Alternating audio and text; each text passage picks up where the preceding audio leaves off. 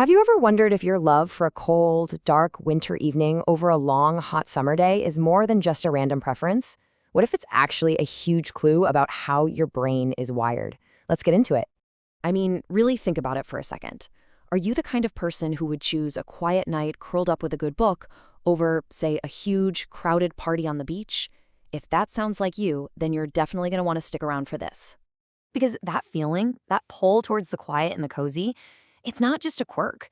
It might be a major hint about the unique way your mind is built. We're about to break down the science behind why some of us are, well, truly wired for the cold. Okay, so wired for winter. What does that actually mean? Let's start with the big central idea here. At its very core, it really just boils down to having a brain that prefers to save its energy. So instead of always looking for the next big thing, the next bit of stimulation, it actually works best in environments where it can be calm, efficient, and, free from all that sensory chaos. To really get a grip on this, we actually need to look at the total opposite, summer. Because for a brain that's wired for winter, summer can feel like an all-out attack on the senses. And this brings us to a really important concept called sensory load. It's basically the total amount of information, everything you see, hear, smell, and feel that your brain has to juggle at any given moment. Just picture a classic summer day, right? You've got the intense sun beating down, you've got the noise from crowds and music, the physical stress of the heat itself, and on top of all that, there's this social pressure to always be on, to be active. Every single one of those things just piles onto your brain's sensory load. For some of us, that's not energizing. It is completely and utterly draining. It feels like your brain is working serious overtime just to try and keep up with all the chaos. So now let's flip the script. Let's talk about winter and how it creates a totally different mental playground, especially for those of us who thrive in the cold.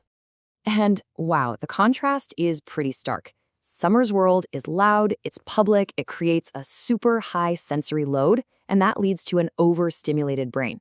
But winter? Winter offers this controlled private space. The sensory load just plummets, and that allows the brain to finally achieve a state of calm, deep focus. And get this, it's not just about the noise in the crowds. There's this fascinating idea called thermal focus. Basically, when your body isn't working so hard just to cool itself down, your brain has way more energy freed up for things like deep thinking and better performance. It's a literal cool-headed advantage. And this quote just gets to the absolute heart of it. When the world outside gets muted, the world inside your head can finally become clearer, sharper, and more focused. All right, so we've covered the environment. Now let's tie this all back to psychology with a really key idea, the inward orientation. So what's the big takeaway here? What does all this actually mean for you? It means your love for winter isn't just about enjoying a hot chocolate. No, it's about something way more fundamental to your personality. See, someone with an inward orientation is a person who finds more value and more energy in their own internal world. They prioritize deep thought, personal meaning, all that good stuff over constant social stimulation or feeling like they have to perform for other people. You can almost think of it as two different modes of being. You've got the outward or performance mode, which thrives on action and social stuff. That is pure summer energy. And then you have the inward or reflection mode, which thrives on quiet and meaning. And that is the absolute gift of winter. So the bottom line is this. If you truly love winter, it might just be a clear signal that your mind is geared towards deep, reflective thought over constant external activity. And hey, it's not about being antisocial. It's just about knowing what truly recharges your mental batteries. So I'll leave you with a question to chew on.